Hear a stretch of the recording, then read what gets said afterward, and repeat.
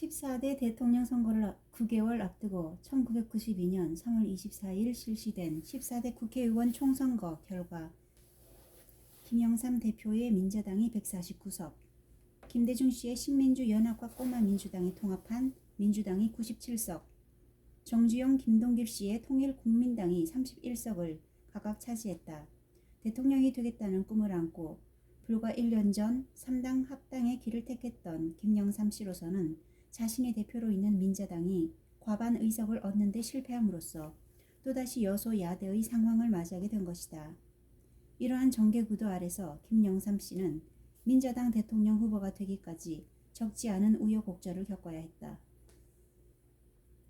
3월 27일 노태우 대통령과 김영삼 민자당 대표는 5월에 대통령 후보 선출을 위한 전당대회를 열고 경선을 한다는 데 합의했고, 김영삼 씨는 바로 다음 날 경선 출마를 선언했다. 민자당 내의 박태준, 이종찬, 이한동, 박철원 씨 등 민정계를 중심으로 한 김영삼 반대 세력은 7인 중진협의회를 만들어 김영삼 씨에 맞설 경선 후보로 이종찬 씨를 결정했으나 그는 전당대회를 얼마 앞둔 5월 17일 경선 거부를 선언했다. 그 닷새 후인 5월 22일 김영삼 씨가 나를 찾아왔었다는 사실은 앞에서 밝힌 바 있지만 김영삼 씨로서는 민자당 내에 민정계를 껴안아야 할 일이 급해진 것이었다. 경선을 거부한 이종찬 씨가 8월 탈당한 데 이어 10월 들어 박태준, 박철원 씨 등도 뒤따라 탈당했다. 김영삼 후보는 중립선거관리내각 구성을 위한 개각을 요구했다. 이에 노태우 대통령은 9월 18일 민자당을 탈당한 뒤 10월 7일 중립적인 입장에서 공정하게 선거를 관리하겠다는 다짐으로 개각을 단행해 현승종 국무총리의 선거관리 내각을 출범시켰다. 선거 전 양상이 혼미해지는 가운데 민정계에서는 박태준 또는 강영훈 씨를 후보로 밀자는 논의가 있다고 했다. 8월에 창조적 신당을 거론했던 장세동 전 안기부장이 11월 초 자신의 저서 출판 기념회를 열고 대통령 선거 출마를 선언할 것이라는 얘기가 들려왔다. 나는 사실 김영삼 씨를 정치적으로나 인격적으로 좋게 봐오지는 않았다. 하지만 박정희 대통령, 나 그리고 노태우 대통령까지 연달아 세 사람의 군 출신 대통령이 나왔으니 14대 대통령으로는 민간 정치인 출신이 등장하는 것이 바람직하다고 생각해왔기 때문에 장세동 전 안기부장을 불러 만류했다. 또 나는 재벌이 권력까지 장악하는 일은 원칙적으로 배제되어야 한다는 확고한 신념을 갖고 있었다. 그래서 정주영 현대회장의 창당과 대선 출마를 지지할 수는 없었다. 강영훈 전 총리도 군 출신이었고 박태준 씨 역시 군 출신의 기업인이어서 그들을 대통령 후보로 추대하려는 움직임에 동조할 생각이 없었던 것이다. 투표일이 임박한 12월 16일 김대중 후보의 측근인 조승형 씨가 내 동생 전경환을 찾아와 나를 만날 수 있도록 주선해 달라고 했다는 보고를 받았다. 나의 김대중 후보 지지 표명을 부탁하기 위한 것이라고 했다. 나는 동생에게 그런 일이라면 나의 보좌관을 통해 보고받을 사안이지 나서지 말라고 나무랐고 조승형 씨를 만나주지 않았다. 12월 18일에 실시된 14대 대통령 선거에서 민자당 후보인 김영삼 씨가 승리했다. 김영삼 후보가 997만여 표 42%를 얻어 804만여 표 33.8%를 얻은 민주당의 김대중 후보, 388만여 표 16%를 득표한 국민당의 정주영 후보 등을 따돌리고 청와대의 주인이 된 것이다. 그해 5월 22일 대통령 후보 신분으로 나를 찾아왔었던 김영삼 씨는 대통령으로 당선된 지 닷새 만인 12월 23일에 연희동 집으로 찾아왔다. 당선 인사차 방문했던 것이다. 내가 후임자로부터 합당한 예우를 받지 못했던 사실을 의식했는지 김영삼 당선자는 앞으로 잘 모시겠다. 노 전 대통령이 하듯이 하지 않겠다고 다짐했다. 그냥 인사치레로 하는 말이 아니라 그의 분명한 어조에서는 진정성과 실천 의지가 느껴졌었다. 사실 나는 김영삼 대통령이 취임할 당시에는 어떤 기대가 없지 않았다. 물론 나를 잘 모시겠다는 말에 마음이 끌린 것이 아니고 앞서 얘기했지만 우리나라의 정치 발전을 생각할 때 이제는 민간 정치인이 대통령직을 맡아 군 출신 대통령들 때와는 다른 국정을 펴보일 수 있다고 생각했기 때문이다.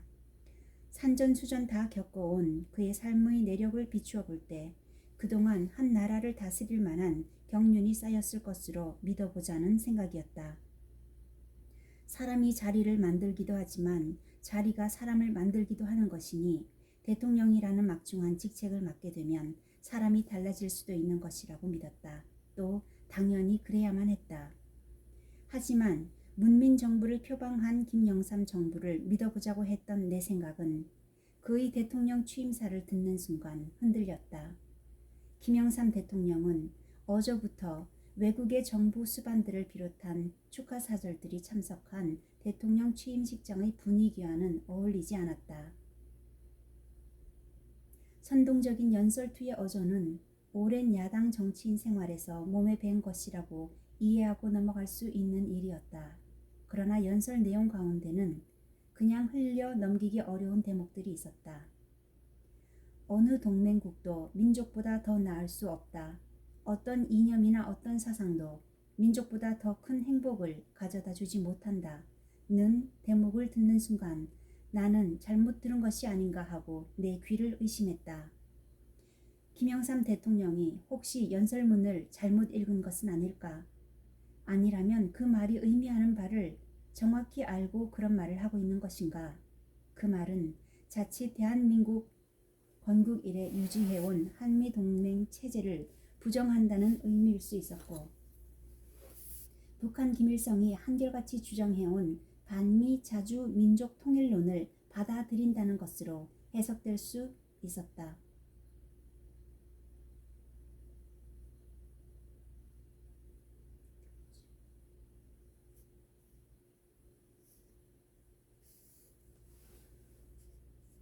(8.15) 해방 이후 대한민국 정부를 수립하고 북한의 6.25 남침 전쟁을 격퇴해 국민의 생존과 자유민주주의 체제를 유지해온 과정을 전혀 모르거나 아니면 의도적으로 부정하는 사람이 아니라면 어떻게 북한이 같은 민족이라는 이유만으로 우리의 혈맹 미국보다 더 낫다고 할 수 있겠는가? 나뿐만이 아니고 상식적인 국민들은 모두 취임사의 그 대목이 갖는 의미를 그렇게 받아들였을 것이다. 그 문제에 대해서는 취임사를 작성한 사람의 해명이라는 것이 더욱 황당하다. 훗날 그 연설문을 자신이 썼다고 스스로 밝힌 한완상 씨는 비망록이라는 글에서 냉전 수구 세력 역시 그들 나름대로 이 메시지를 듣고 우려하지 않을 수 없었을 것이라고 했다. 그러면서 그는 동맹국은 중국과 러시아를 염두에 둔 표현이었다. 따라서 남쪽의 냉전 보수 인사들이 이 동맹국을 미국과 일본으로 속단하고 북한을 미국과 일본보다 소중한 국가적 실체로 선포한 것이라고 비난한 것은 분명 왜곡이 아닐 수 없다고 했다. 실소를 금할 수 없게 만드는 말장난이다. 우리 국민을 상대로 한 연설에서 동맹국이란 말을 중국과 러시아를 염두에 두고 사용했다는 것은 국민을 바보로 여기지 않는 한 있을 수 없는 일이다. 동맹국이란 말을 들을 때 어느 국민이 중국과 러시아를 떠올리겠는가? 한완상 씨의 이 말을 액면 그대로 믿을 수 없는 근거가 있다. 김영삼 씨는 2008년 11월 한 언론과의 인터뷰에서 취임사의 그 대목을 언급하면서 오늘 처음 말하는 건데 그때 그 말은 잘못됐다고 생각한다고 했다. 한완상 씨의 설명대로 그 동맹국이 중국과 러시아를 지칭했던 거라면 김영삼 씨가 뒤늦게 자신의 취임사가 잘못이었다고 얘기할 리가 없는 일이 아닌가. 김영삼 씨는 그 인터뷰에서 김대중 노무현 정부의 대북 정책을 비난하며 김대중이라고 하는 사람에게 제일 좋은 방법은 이북에 보내는 것이다. 이북이 노다지 나오는 곳, 천국이라고 생각하는 사람은 이북에 가서 살도록 하는 게 최선. 김대중이 김정일에게 5억 달러 갖다 주고 구걸에 회담을 했지 않나. 그 뒤에 김대중과 노무현 둘이 14조 원 갖다 주고 솔직히 우리가 얻은 게 뭐냐고 했다.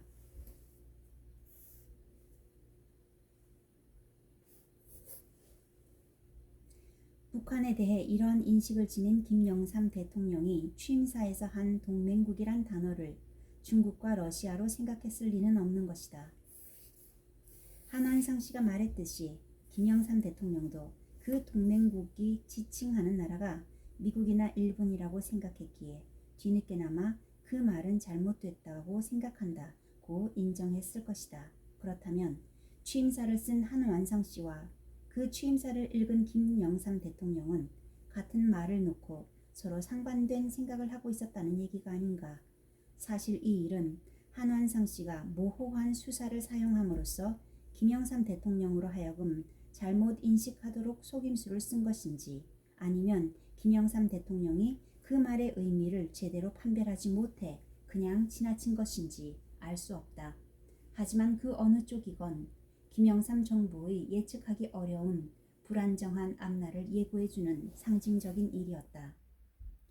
1993년 당시의 국제 정세를 보면 소련의 해체와 동유럽의 붕괴로 2차 대전 후의 동서냉전이 해소되기는 했지만 한반도의 남북한 대치 상황은 전혀 완화되지 않고 있었다. 그러한 정세 하에 이념보다 민족이 우선적 가치라고 강조하는 것은 우리 스스로 정신무장을 해제하는 결과를 가져올 우려가 있었다. 그런데 그 후의 일들을 보면 한완상 씨를 비롯한 김영삼 대통령 주변의 몇몇 인물들이 민족주의 내지는 좌파적 성향을 띠고 있었고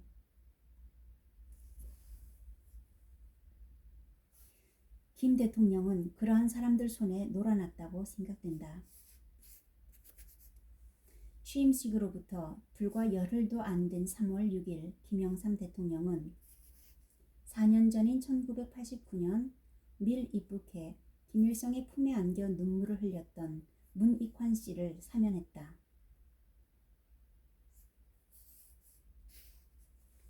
김영삼 초대 내각의 부총리 겸 통일부 장관이 된 한완상 씨는 그 2주 후인 3월 19일 이른바 미전향 장기수 2인모를 꽃가마를 태워 김일성의 품 안에 안겨줬다. 그러나 그에 대한 보답은 3월 12일 NPT 핵 확산 금지 조약 탈퇴 선언이었다. 북한은 다음 해 6월 15일 IAEA 탈퇴를 공식 통보했다. 이 임무는 휴전선을 넘어가기 전 김영삼 대통령이 마련해준 선물 보따리에 침을 뱉으며 내동댕이 쳤다. 이듬해 김영삼 대통령이 그토록 애타게 만나고 싶어 했던 김일성이 돌연사한 후 김정일은 북한의 민족은 김일성 민족, 태양 민족뿐이라고 선언했다. 1995년 6월 김영삼 대통령은 굶주리는 북한의 김일성 민족을 도와야 한다며 15만 톤의 쌀을 무상 지원했다.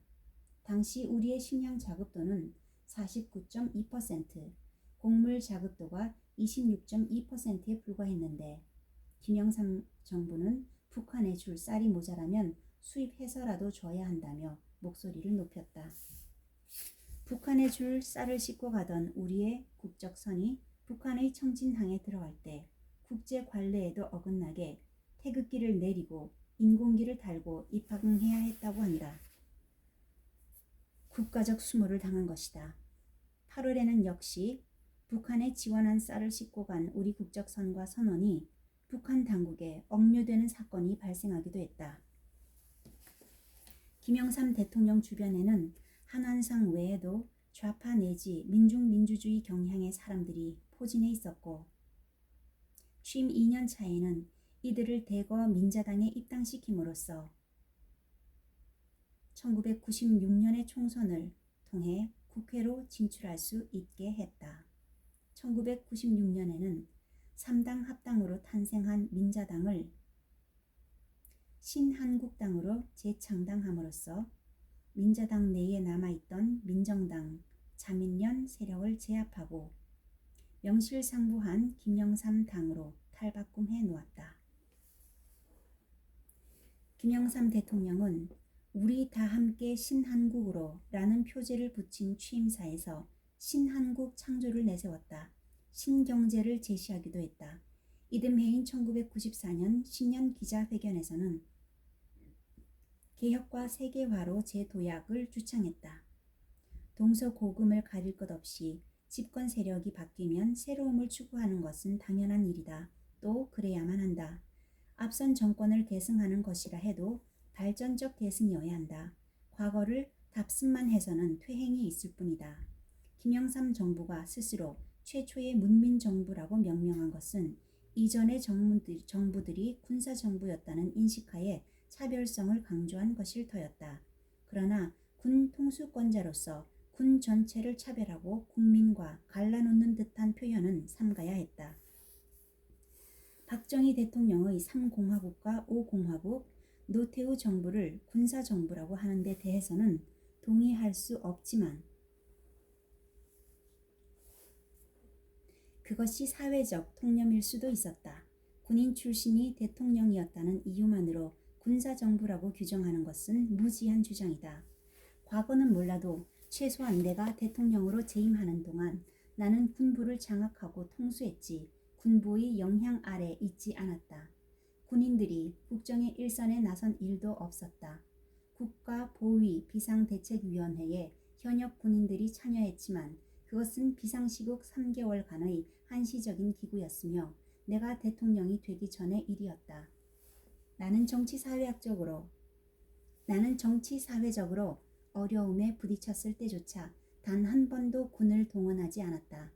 정치에 참여한 군 출신들이 그 후의 시대에 비해 상대적으로 많기는 했지만 실제 그들의 영향력이라는 것은 미미했다. 어쨌든 김영삼 대통령이 최초의 문민정부라는 플래카드를 내건 만큼 새 정부의 개혁, 혁신이 남다를 것이라는 점은 예상할 수 있는 일이었다. 김영삼 대통령은 취임 초 기무사령관의 대통령 독대 보고 관행을 없애고 국방장관을 통해 보고하도록 했다는 보도가 있었다. 그리고 취임식에 있은 지 2주일쯤 지난 3월 9일 장세동 전 안기부장이 구속되었다.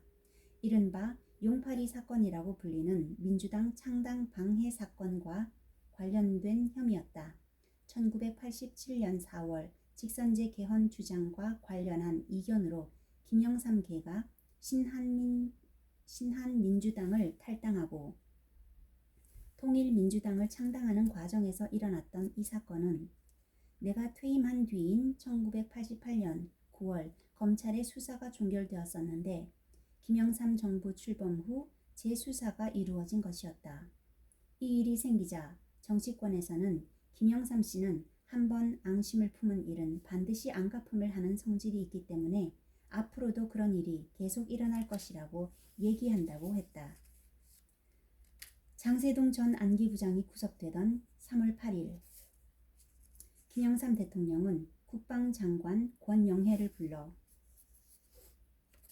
그 자리에서 김진영 육군참모총장과 서완수 기무사령관을 전격적으로 경질 조치했다.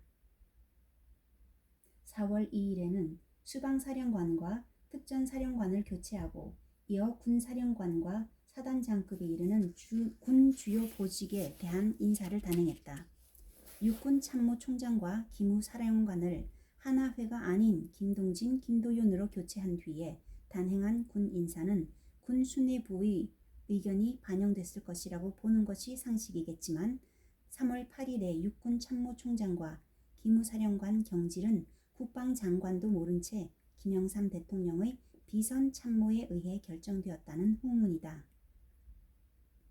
김진영 육군참모총장과 서완수 기무사령관을 내친 바로 다음 날 김영삼 대통령은 수석 비서관 회의를 주재하면서 어때 모두 놀랬제 하며 의기양양한 표정으로 주위를 둘러보았다는 보도가 있었다.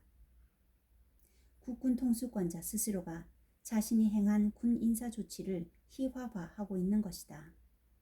인사는 발표될 때까지 보완이 필요한 사항인 것은 분명하지만 우리나라와 같은 안보 상황에서 군 최고사령관 인사를 깜짝 쇼라도 하듯 했다는 것은 참으로 개탄스러운 일이 아닐 수 없다. 하나회에 관해서는 앞서 언급한 바 있지만 육군사관학교 각 기수에서 능력있고 군인 정신이 투철한 사람들이 서로 의기투합해 함께 국가수호와 자기 개발을 위한 토론도 하곤 하던 친목 단체였다. 이들이 고급 장교로 성장해 가는 과정에서 다른 동기생들에 비해 상대적으로 진급이 빠르기도 하고 주요 보직을 맡게 되는 경우가 많았지만 그 이유는 그들이 하나회 회원이었기 때문이 아니라 우수한 장교였기 때문이었다. 하나회는 박정희 대통령 시절 모함으로 인해 2번이나 주의를 받은 바 있고 윤필용 사건 때는 강창성 보안사령관 측에 의해 제거의 대상으로 지목되어 순환을 당한 바 있다. 그 후 12.12 직전까지는 보안사로부터 집중적인 감시와 사찰의 대상이 되어 운신도 하기 어려운 처지였다. 세월이 흐르며 일부 잡음도 없지 않아 내가 대통령이 된 뒤에는 조직적 활동을 자제하도록 했기 때문에 사실상 유명무실한 조직이었다. 그런데 김영삼 정부가 들어서자마자 하나회를 마치 위험한 폭발물인 양 제거한 것은 과잉 반응이었다. 김영삼은 취임 후 100일 동안 군 고위 간부 87명 가운데 50명을 교체했다는 기록이 있다. 김영삼 대통령의 청와대에서 정무비서관을 지낸 김충남 박사는 대통령과 국가경영이라는 저서에서 군부 대학살로 불린 이때의 숙청 작업으로 물갈이된 장교가 1000여 명에 달한다고 밝혔다. 주요 보직을 맡고 있던 하나회 장교들을 배제함으로써 전투력의 약화 등 부작용이 초래됐다는 지적이 나왔다. 군 조직의 허리에 해당하는 유능한 중견 장교들이 대거 물러나 한동안 지휘관 자원의 공백이 생겼다는 것이다. 연평도 포격 사건 후 김관진 국방장관이 군이 행정조직처럼 돼버렸다고 했는데 이 말에 대해 한 여당 의원은 2010년 12월 1일 방송에 나와 근본적으로 1993년 하나회 숙청 때 옥석을 가리지 않고 군인다운 군인들도 쓸려 나가버렸다. 그 이후에 군 장성들이 보인 행태가 오늘날의 군을 만든 것이 아닌가 싶다고 했다. 1996년 국방부 유관기관인 한국군사문제연구원이 국민대학교 목진휴 교수에게 의뢰해 예비역 장교들을 대상으로 김영삼 정권의 이른바 군개혁에 대해 설문조사한 결과 잘 되고 있는가라는 물음에 동의 또는 전적으로 동의라고 응답한 사람은 13.3%에 불과했고 반면에 29.9%는 전적으로 반대, 23.1%는 반대라고 응답했다고 한다. 김영삼 정권의 군 인사와 관련해서는 믿고 싶지 않은 씁쓸한 뒷말이 전해져 오고 있다. 김영삼 대통령의 차남 김현철이 부친의 총애를 믿고 온갖 일에 다 관여하며 국전을 농단해 소통령 소리를 들었다는 건 이미 알려진 사실이지만 특히 개탄스러운 일은 군 인사에까지 개입했다는 소문이다.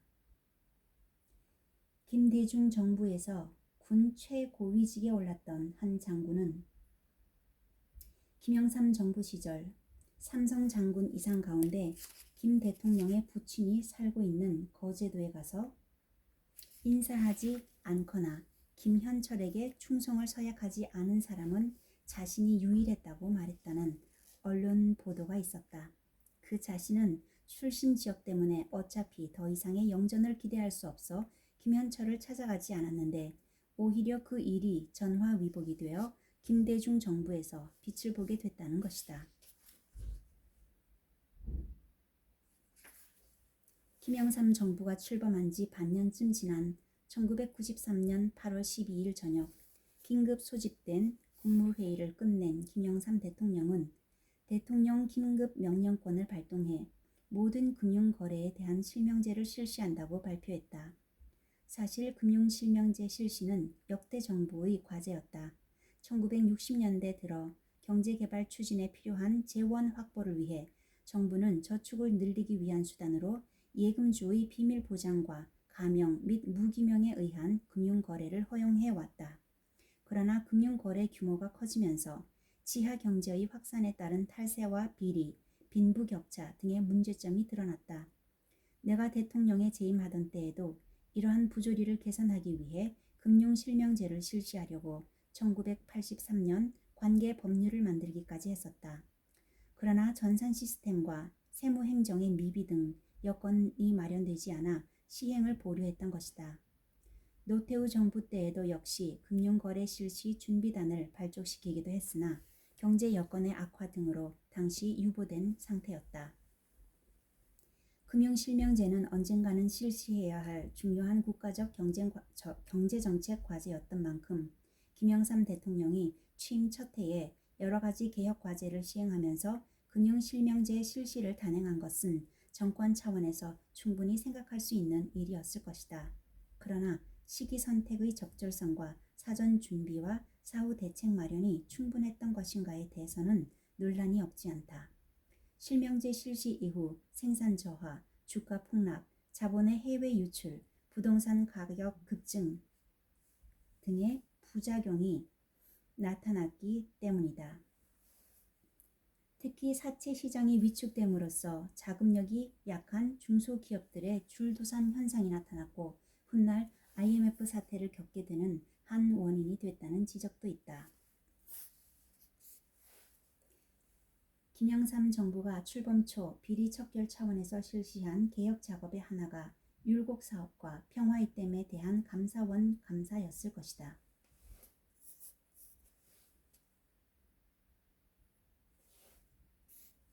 방위력 개선을 위한 율곡 사업은 내가 대통령에 재임하던 때 시작된 것이지만 본격적인 사업 추진과 중요한 결정은 노태우 정부 때 이루어졌다.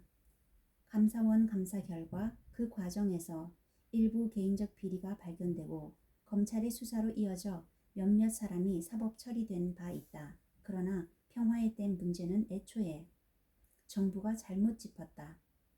평화의 댐 건설 필요성 여부와 관련한 정책적 판단에 대해 감사원이 감사할 수 있는 것인가 하는 논의는 차치하고라도 안보와 관련된 문제를 정략적 수단과 연결시킨 것은 아주 잘못된 일이다. 1993년 8월 감사원은 나를 상대로 질의서를 통한 감사를 벌였고 국회의 국정조사까지 실시됐지만 단 한 건의 사소한 비리조차 적발해내지 못했다. 감사원의 서면 질의에 대해 나는 답변을 거부하고 대신 8월 26일에 해명서 국민 여러분에게 드리는 말씀 발표로 대신했다. 감사원은 결국 50 정부가 정권 안보 차원에서 북한의 금강산 댐 위협을 과장했다는 보고서를 냈지만 이후 김대중 정부 들어 평화의 댐을 50 때보다 3, 4배나 많은 예산을 투입해가며 서둘러 증축한 사실만 보더라도 김영삼 정권이 국정을 다루는 자세가 국가보다는 정권적 고려와 정치 보복을 앞세우고 있었다는 것을 알 수 있는 것이다. 김영삼 대통령은 2월 27일 취임 후 첫 국무회의에서 자신의 재산을 공개하겠다고 선언했다. 그러자 3월 18일에는 장관급 이상의 고위 공직자들이 3월 22일에는 민자당 소속 의원들이 재산을 공개했다. 그리고 박준규 국회의장, 김재순 전 국회의장 등을 비롯해 재산이 많은 고위 인사들이 그 이유만으로 공직을 사퇴하는 일이 벌어졌다. 축제 과정에 위법이나 부정이 있었다면 그 일은 법에 따라 처리하면 되는 일이었다. 자유민주주의 경제체제에서 재산이 많다는 것이 곧 죄악은 아니다. 그러나 김영삼 대통령은 재산 공개 파문 속에 가진 자는 반드시 고통을 받게 하겠다고 했다. 국민의 화합을 도모해야 할 대통령이 오히려 계층 간의 갈등과 부자들에 대한 증오심을 부추기고 있었던 것이다. 자유자본주의 체제의 국정 최고 책임자가 가장 저급한 어휘로서 반자본주의적 발언을 서슴지 않았다는 것은 국가적 불행이었다.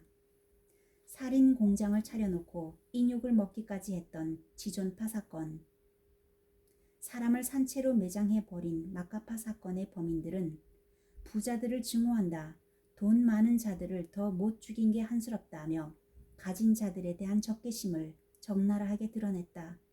가진 자들에게 고통을 이라고 외쳤던 김영삼 정권 때 유난히 반인륜적, 반사회적 사건들이 빈발했다. 이러한 끔찍한 사건들만 발생한 것이 아니고 많은 인명을 앗아간 대형 사고들이 김영삼 정권에서 유난히 많이 발생했다. 김영삼 씨가 대통령에 당선된 직후인 1993년 1월 청주 우암상가 아파트가 붕괴되어 30여 명이 사망한 사고를 시작으로 우리나라 역사 이래 단일 사고로는 가장 많은 희생자가 발생한 삼풍백화점 붕괴 사건까지 대형 사고가 잇따랐다. 언론은 김영삼 정부를 사고공화국이라고 이름 붙였다.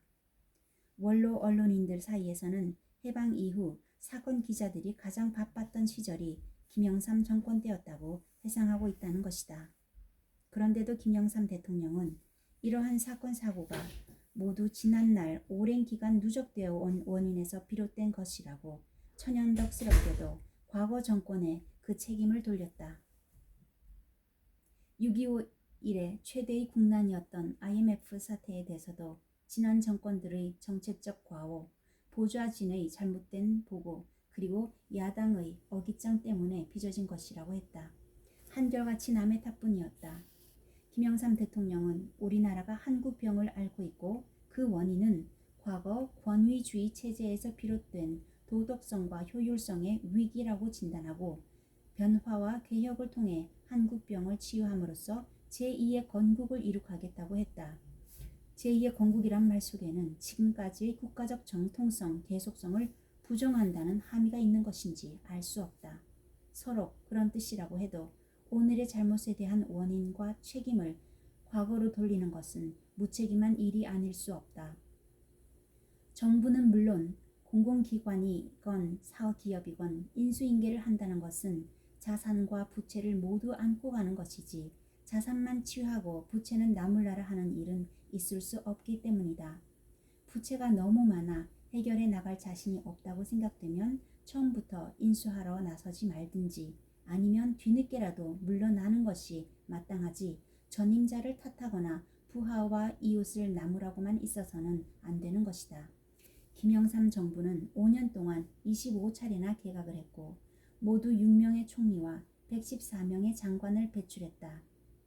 아랫사람에게 책임을 묻는 일이 많아서인지 아니면 장관 감투를 씌워줘야 할 사람이 많았기 때문인지 알 수 없는 일이지만 그처럼 장관들을 갈아치워서는 국정을 안정적으로 관리하기 어려웠을 것이다.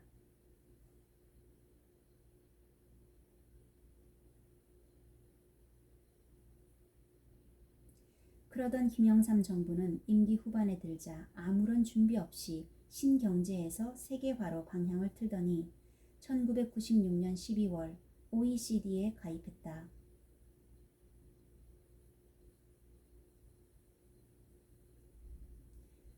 OECD는 선진국 클럽이라는 별칭으로 불리듯이 정치, 경제, 사회 등 모든 부문에서 선진화를 이룬 나라들이 회원국으로 가입해 있었고 당시 아시아 국가로는 일본이 유일한 회원국이었다. 회원국이 돼도 실익은 없고 오히려 선진국 수준으로 시장을 전면 개방해야 하는 등 부담이 많아 당시에도 서두를 필요가 없다는 의견들이 많았다. 김영삼 대통령은 자신의 재임 중 우리나라를 선진국에 진입시켰다고 자랑하고픈 과시욕 때문인지 가입을 서둘렀다.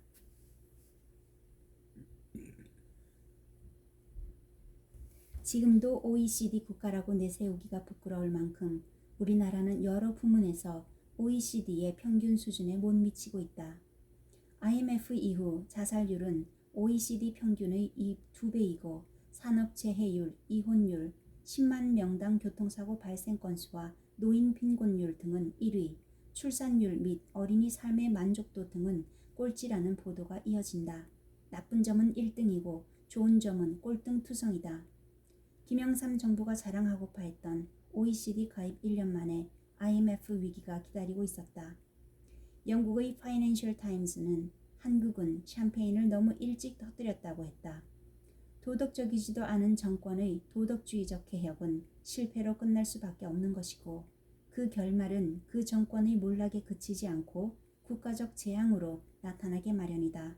6.25 이래 최대의 공난이었던 IMF 사태가 바로 그 교훈인 것이다. 맹자는 칼로 사람을 죽이나 정사를 잘못해 사람을 죽이나 다를 것이 없다고 했다.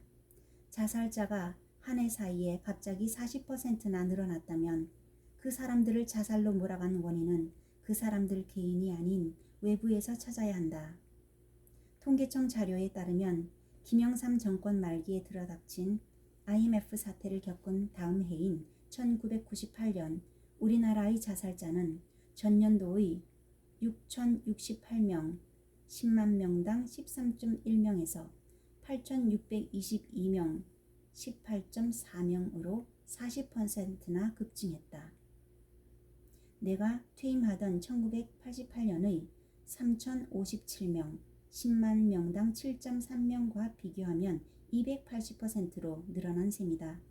자살자만 급증한 것이 아니라 통계에 잡히지는 않았지만 실직한 사람, 파산한 사람, 학교를 다니지 못하게 된 학생, 가족이 뿔뿔이 흩어지게 된 가정 등 IMF 사태로 불행을 맞게 된 국민은 그 수를 이루 다 헤아릴 수 없었다. 아마도 지금까지 그 뒤끝에서 헤어나지 못한 이들도 적지 않을 것이다.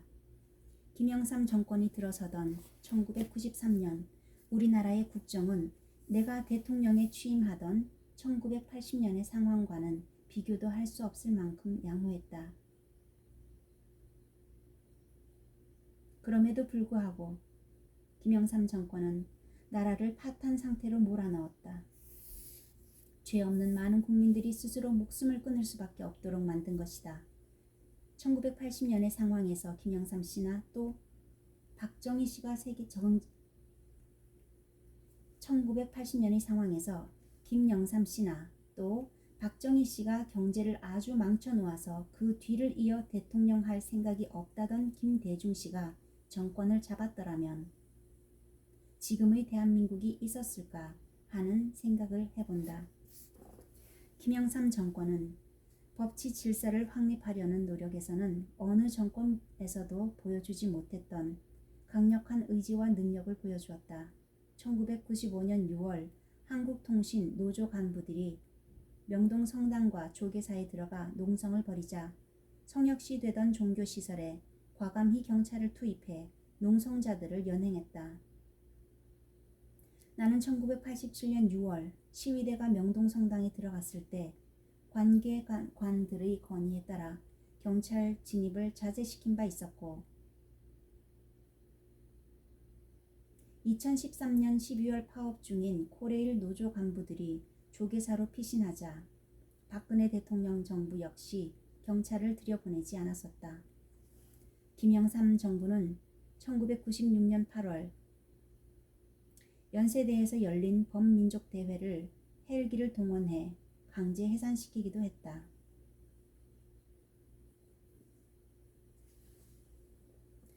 파괴적인 수준의 군부 숙청을 단행한 김영삼 정권이 이번에는 정치권에 대한 대대적인 물갈이를 계획하고 있다는 얘기가 들려왔다.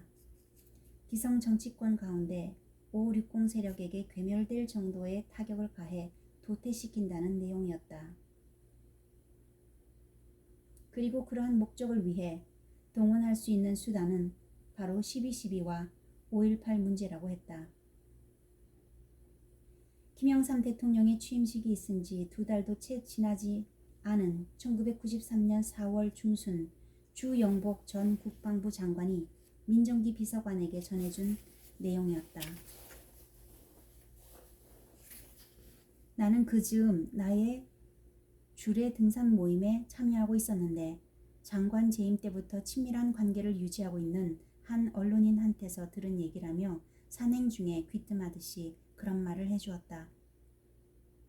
12.12와 5.18 문제에 관한 김영삼 정권의 인식을 드러내는 발언들도 곳곳에서 나오고 있었다. 5월 8일 황인성 국무총리는 국회 본회의에서 12.12 사태에 대한 견해를 묻는 야당 의원의 질의에 당시 특수한 국가적 위기 상황에서 일어난 하나의 군사적 행동으로 현재까지는 위법 사항이 아니라는 견해를 말씀드린다. 12.12가 국가 발전과 민주화를 위해 바람직하지 않은 것이었을지 모른다. 그러나 그것이 5.60으로 연결돼 모든 국가 경영과 전통이 이어지고 있다. 역사적 평가는 어떨지 모르나 불법은 아니라는 말씀을 드린다. 고 밝혔다. 황 총리의 이 발언을 놓고 정치권에서 논란이 벌어지자 5월 13일 이경재 청와대 대변인은 12.12 사태에 대한 청와대의 입장이란 발표문을 통해 황인성 국무총리의 12.12 사태에 대한 일부 잘못된 표현은 유감스러운 일이라면서 12.12 사태는 하극상에 의한 군사 쿠데타적 사건이라고 성격 규정을 했다. 청와대의 공식 견해였지만 김영삼 대통령의 입을 통하지 않고 대변인을 시켜 밝힌 것이다. 당시 법조계에서는 청와대의 이러한 성격 규정이 사법 절차를 피해가려는 정치적 발언인 것으로 받아들이고 있었다. 황인성 총리의 불법은 아니라는 말씀이라는 답변 내용이 잘못된 표현이라고 하면서도 청와대의 공식 발표문에 12.12가 불법이라는 표현은 없었던 것이다. 쿠데타라고 하지 않고 쿠데타적이라고 한 것은 그러한 고심을 나타낸 것이라는 풀이였다. 김영삼 대통령은 5월 13일 5.18 광주 민주화 운동에 대한 담화문을 발표하고 광주 문제는 결코 정치적 목적으로 이용되거나 정쟁의 대상이 되어서는 안 된다고 말했다. 김 대통령은 이 담화에서 우리의 법체계 안에서 가능하고 형평의 원칙에 비추어 법적인 모든 조치를 취해 나갈 것이라고 말하면서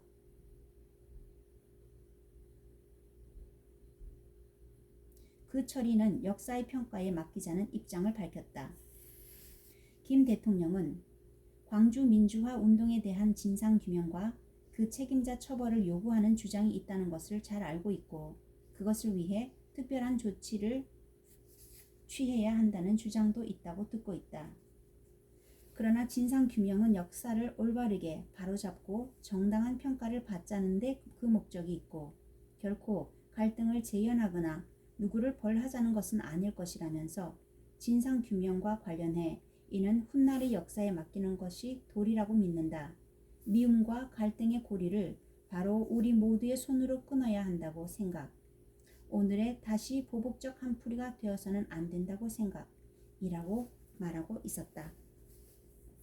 이 담화 발표 직후인 6월 2일 동아일보의 여론조사 결과는 역사의 심판에 맡기자는 데 대해 국민의 69.5%가 찬성하는 것으로 나타났다.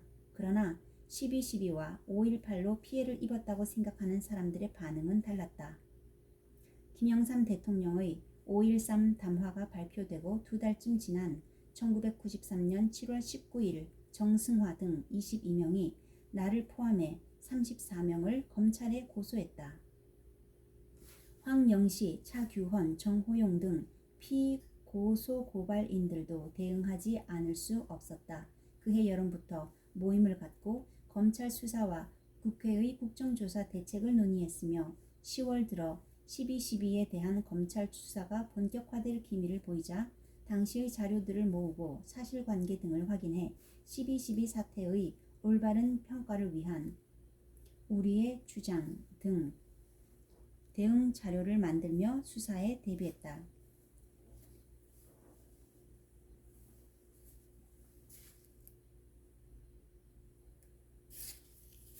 그러나 검찰이 수사가 진행되는 가운데서도 이때까지는 권력의 핵심이 이 문제를 사법적 차원에서 처리할 것이라고 볼 만한 움직임은 드러나지 않고 있었다.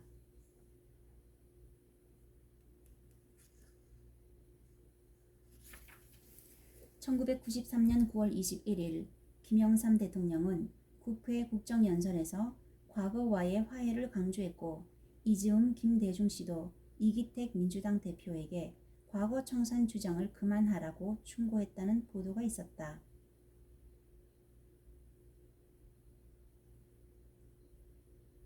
14대 대선 전에 민주당 공동대표였던 김대중 씨와 이기택 씨는 1997년 15대 대선을 내다보면서 서로 신경전을 벌이고 있다는 관측이 있었다. 김대중 씨는 14대 대선에서 낙선한 뒤 정계 은퇴를 선언한 상태였지만 1997년 대선을 그냥 지나칠 수는 없었을 것이고 이기택 씨로서는 김대중 씨가 은퇴한 상태였기 때문에 은근히 민주당의 차기 대권 후보를 넘보고 있었을 것이었다. 이기택 씨는 김대중 씨가 차기 대권을 노리며 지지층의 외연 확대를 위해 오공 측에 제휴의 손길을 뻗칠 수 없도록 견제하려는 목적으로 필요 이상으로 오공을 공격하고 있었고 김대중 씨는 그런 이유로 이기택 씨에게 자제를 요청했다는 분석이었다. 해를 넘긴 1994년 3월 23일 검찰은 12.12 수사와 관련해 피고소인에 대한 소환 조사를 시작해 먼저 허삼수 의원이 검찰에 출두했다. 검찰은 1994년 8월 12일 12.12와 관련해 나와 노태우 최규하 전 대통령 등에 대해서도 서면 조사를 하겠다는 입장을 발표했다.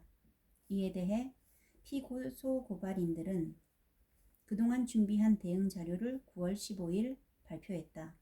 검찰에도 제출된 자료는 국민 여러분께 드리는 말씀 12.16 내란 방조자 정승화 연행 사건에 대한 검찰 수사와 관련하여 12.16 내란 방조자 정승화 연행의 전말, 검찰 질의에 대한 소견, 정승화 주장의 허구성, 정승화의 행적, 변호서 등이었다.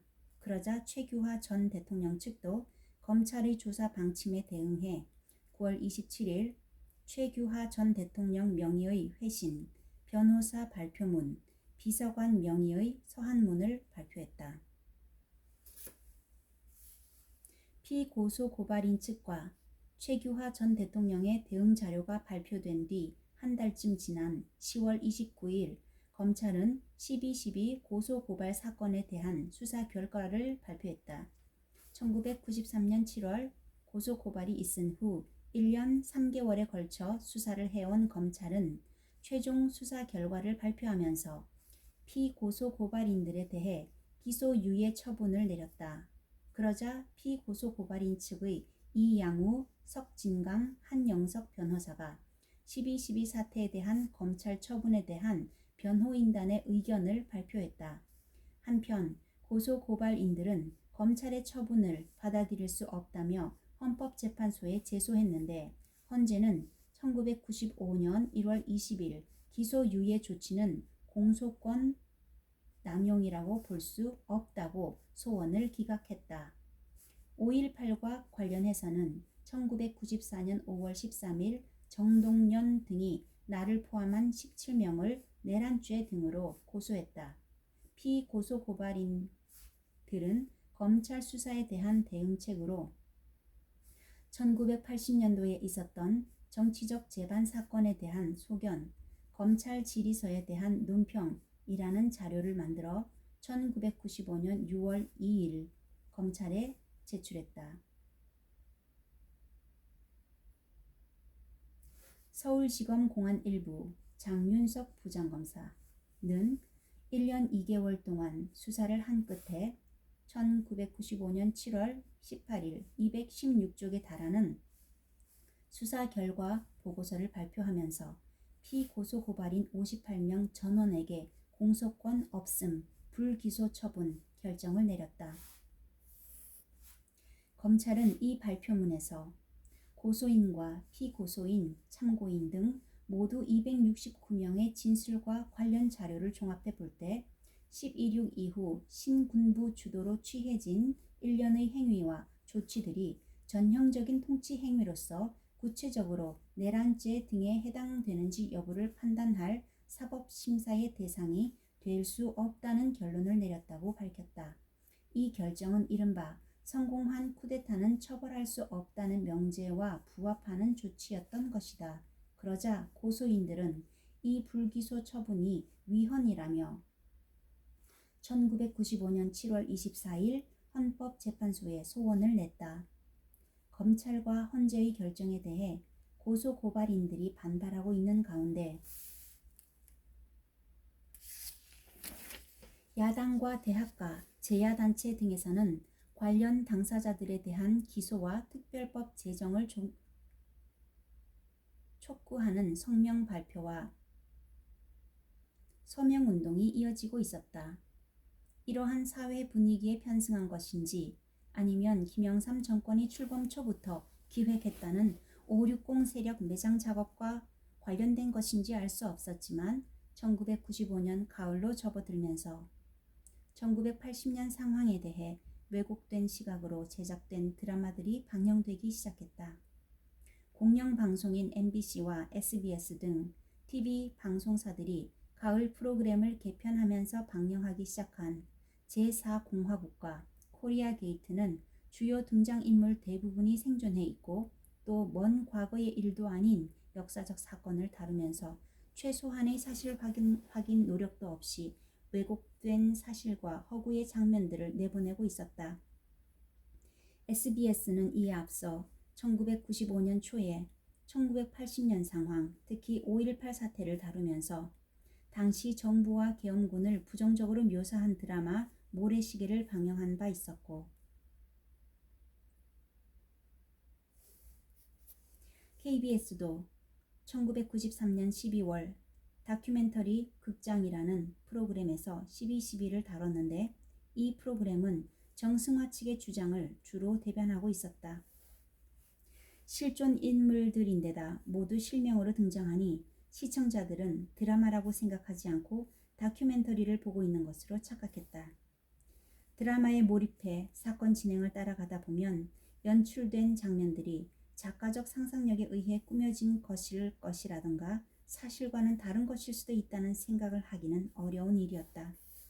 시청자들은 공영방송이 불과 10여 년밖에 안 지난 역사적 사건들을 드라마로 만들어 방영할 때에는 적어도 사실 확인은 거쳤을 것이고 그 시점에서 다뤄도 될 충분한 이유가 있다고 생각했을 것이다. 이 두 드라마는 현대사의 주요한 사건들에 대한 국민의 의식을 심대하게 왜곡시키는 결과를 가져왔다.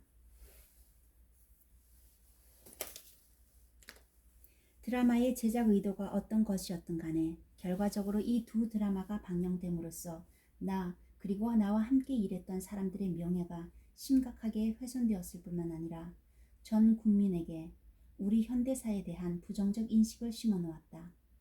당시에도 일부 언론은 날개 떨어진 권력을 짓밟는 드라마, 역사를 모르는 사람들이 저지르는 무책임한 영상 테러라고 비판하며 군과 국민들이 우롱당하고 있음을 개탄했다. 피해를 입은 당사자들의 격한 항의도 뒤따랐다.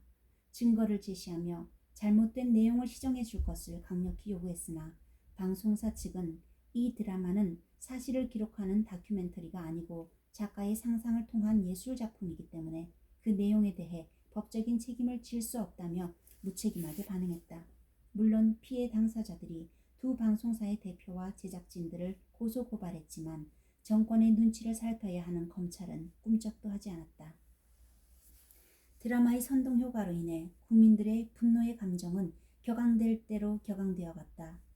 그럴 즈음인 10월 19일 국회 본회의에서는 노태우 전 대통령의 비자금 계좌가 폭로돼 두 드라마의 주역들에게는 비리의 주인공이라는 또 하나의 추홍 글씨가 덧씌워졌다. 국민의 분노는 하늘을 찔렀다. 이제 악인들을 벌한다는 명분만 내걸면 그 죄와 벌의 내용이 무엇이건 그 방법과 절차가 타당한 것인가의 여부를 따져볼 필요도 없이 국민의 지지가 뒤따를 것 같은 분위기가 조성되고 있었다. 1988년 13대 총선에서의 패배로 자신이 이끌던 제1야당인 민주당을 원내 제3당 신세로 전락시켰던 김영삼 씨는 3당 합당을 통해 집권당인 민자당의 대통령 후보가 되고 1992년 14대 대통령에 당선되는 데까지는 성공했다. 그러나 집권 후 민정계 출신이 수적으로 우세한 당을 장악하지 못해 어려움을 겪고 있었다. 1995년 전면적인 지방자치제 실시에 따라 처음 치른 6.27 동시 지방선거에서 김영삼 대통령의 민자당은 참패했다. 15개 광역단체 가운데 텃밭이라고 여겨지는 영남지역 3개 시도 외에는 경기도와 인천을 겨우 건짐으로써 5개 광역단체장을 확보하는 데 그쳤다. 김대중 씨의 민주당은 호남 지역의 3개 단체장 외에 서울에서 승리했고 그해 3월 공화계를 이끌고 민자당을 탈당한 김종필 씨의 자민련도 텃밭인 충청 지역 3개 단체장 외에 강원도에서도 승리를 거뒀다. 민주당과 자민련이 각각 4명씩 차지했고 무소속이 2명이었다. 안 그래도 국정 장악력이 떨어져 있던 민자당 정부로서는 제대로 일을 할 수 없는 처지에 빠지게 된 것이다. 당시의 전국 상황을 놓고 오수부동 형국이라는 말까지 하고 있었다. 쥐, 고양이, 개, 호랑이, 코끼리, 쥐가 서로 물고 물리는 천적 관계여서 서로가 서로를 두려워하고 견제하느라 아무 일도 하지 못하게 됐다는 것이다. 지방선거 이틀 뒤인 6월 29일 일어난 삼풍백화점 붕괴 사고는 그렇지 않아도 선거 참패의 충격에 빠져있던 김영삼 정권을 또 한 번 강타했다.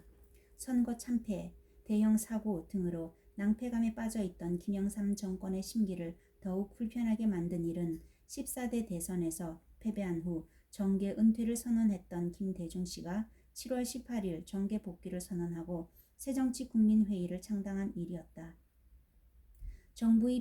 영국의 BBC 방송은 지방선거 결과를 김영삼의 굴욕적인 참패로 평가하면서 김대중 씨가 다시 정치적 야망을 갖게 될 것이고 지방선거 결과를 총선과 대선을 위한 디딤돌로 삼을 것이라고 보도하고 있었다.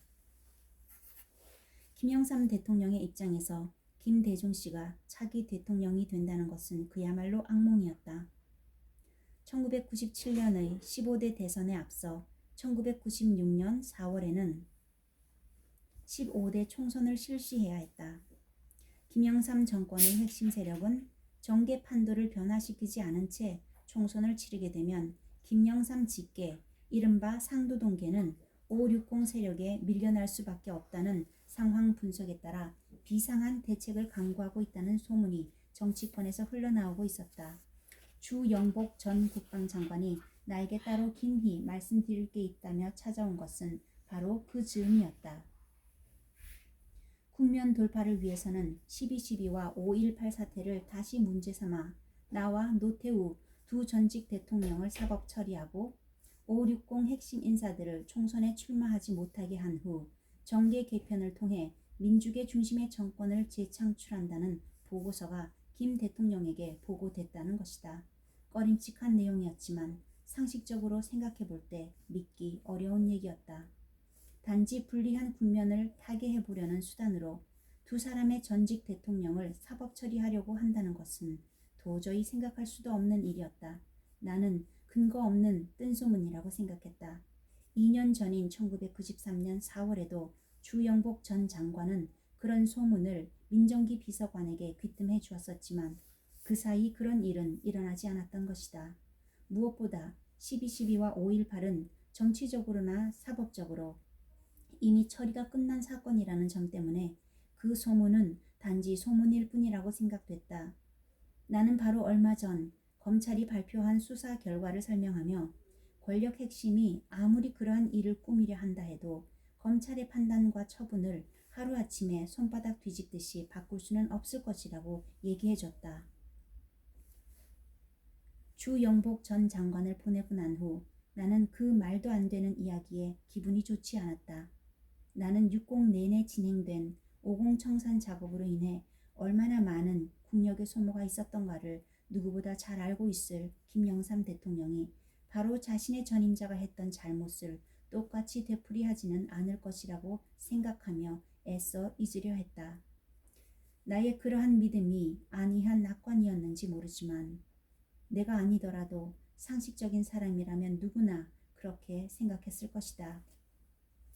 몇 달 후 김영삼 대통령이 5.18 특별법을 제정을 실시했을 때 몇 달 후 김영삼 대통령이 5.18 특별법 제정을 지시했을 때 모두가 경악했던 것은 그 누구도 그러한 사태 전개를 예상하지 못하고 있었기 때문이었을 것이다. 그만큼 김영삼 대통령의 언행은 상식선을 벗어나 있었다.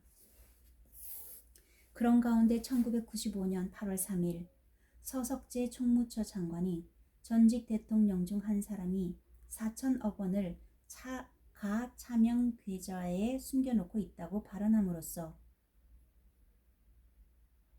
정치권에는 큰 파문이 일었다.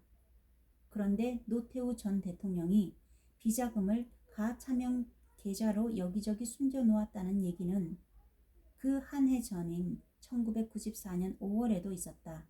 노 전 대통령이 상업은행에 예치돼 있던 400에서 500억 원의 비밀 계좌에서 200에서 300억 원을 선경으로 빼돌리려다가 검찰에 포착됐다는 내용이었다. 이 밖에도 신한은행에도 1,300억 원에 달하는 비밀 계좌를 갖고 있는 것으로 검찰이 파악하고 있다고 했다. 그해 8월에는 대검 중수부에서 노태우 대통령이 1992년 대선 때 재벌들한테 100억 원 정도씩 모금해서 김영삼 후보에게 선거 자금으로 지원해주고 나머지 600에서 700억 원을 은닉해 갖고 있다가 1994년 5월 실명화 과정에서 드러나 검찰의 조사까지 받았다는 얘기가 흘러나왔다고 했다.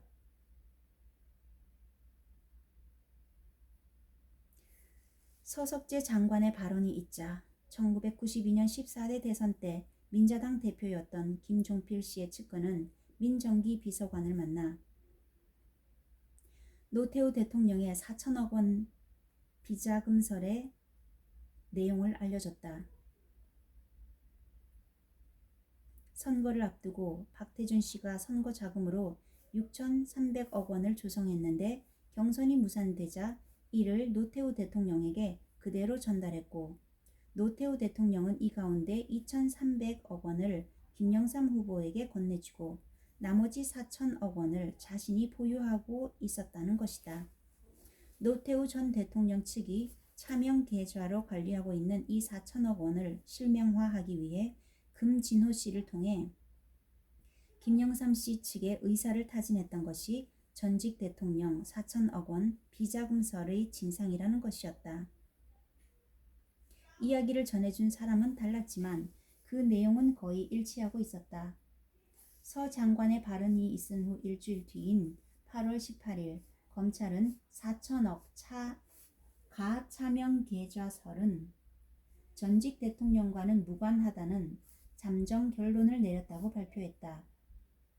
서 장관의 발언의 진상을 검찰이 깊숙이 조사하게 되면 김종필 씨 측에서 말한 김영삼 씨에게 2,300억 원을 건네줬다는 사실이 튀어나올 수밖에 없는 상황이었던 것이다. 2011년 노태우 전 대통령이 자신의 회고록에서 김영삼 씨에게 선거 자금으로 3천억 원을 지원했다고 밝힌 사실에 비춰볼 때 1995년 김종필 씨 측근이 알려준 이 내용은 정확한 것이었다고 볼 수 있다. 서 장관은 자신의 발언이 물의를 일으킨 데 대한 책임을 지고 사퇴했다. 그런데 노태우 대통령이 김영삼 후보에게 선거 자금으로 3천억 원을 주었다는 사실은 이미 정가에 알려질 만큼 알려져 있던 사실이었다. 1996년 3월 6일 김대중 국민회의 총재는 관훈클럽 초청 토론회에서 김영삼 대통령의 대선자금 문제는 청문회를 열면 노태우 대통령이 3천억 원을 줬다고 하는 증인이 나올 수도 있다고 발언한 바 있다. 또 김한길 국민회의 선대위 대변인도 3월 14일 노태우 대통령이 1992년 9월 18일 민자당을 탈당할 때 김영삼 후보에게 3천억 원을 전달했다는 문서를 확보했다고 밝혔었다. 서 장관의 사퇴로 잠잠해질 듯하던 노태우 전 대통령의 비자금 문제는 2달 후 더 큰 파괴력을 품은 채 다시 터져나왔다.